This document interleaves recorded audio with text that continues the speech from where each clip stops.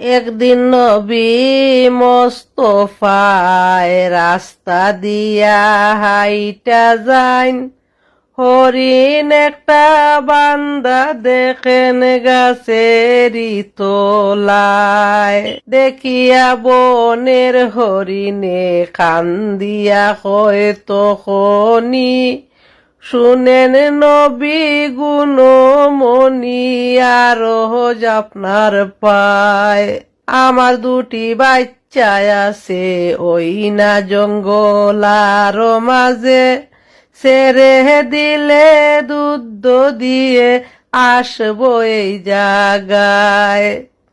নবী আমার গুণমণি সকল ভাষা বুঝেন তিনি, হরিণের কথা নবী বুঝিতে যে পান। হরিণকে ছেড়ে দিয়া হরিণেরও যাবিনি হইয়া, নিজে দাঁড়াইলেন গিয়া গাছেরই তোলায়। হরিণে সারা পাইয়া এমনি গেল দৌড় মারিয়া, পৌঁছিল গিয়া তাহার আপন বাসায়। বাচ্চাদের কয়ে ডাকিয়া জন্মের মতো দুধ খাইয়া, আসছি আমি করাল দিয়া যাব সেই জায়গায়।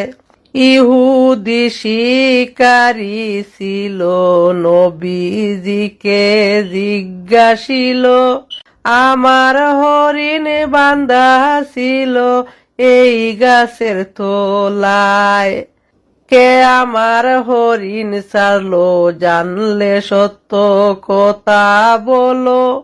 এই কথা শুনিয়া বলছেন নবী মোস্তফায়, আমি হরিণ দিছি ছেড়ে ওয়াদা সে গেছে করে, বাচ্চাদের দুধ দিয়া আসবে এই জায়গায়।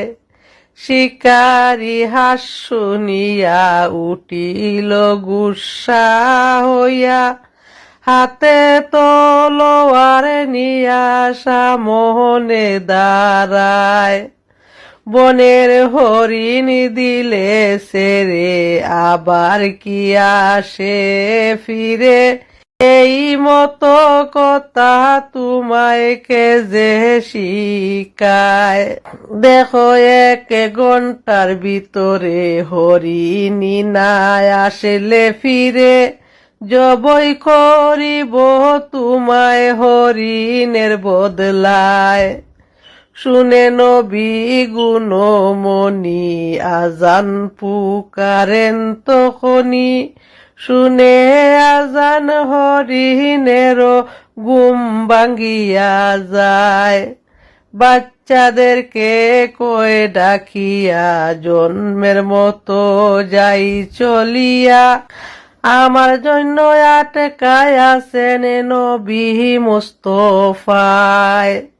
হরিণী গেল দৌড় মারিয়া, বাচ্চা দুটি কয়ে খান্দিয়া, বাচ্চা দুটি কয়ে খান্দিয়া, মায়ে যদি যায় মরিয়া, এই দুনিয়ায় বাঁচবো আমরা কেমন করিয়া।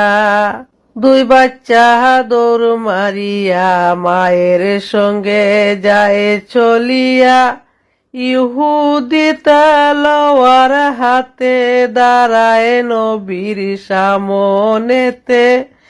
এমন সময় দূর হতে হরিণ দেখা যায়, দৌড়াইয়া হরিণ এলো, বাচ্চা দুটি সঙ্গে ছিল।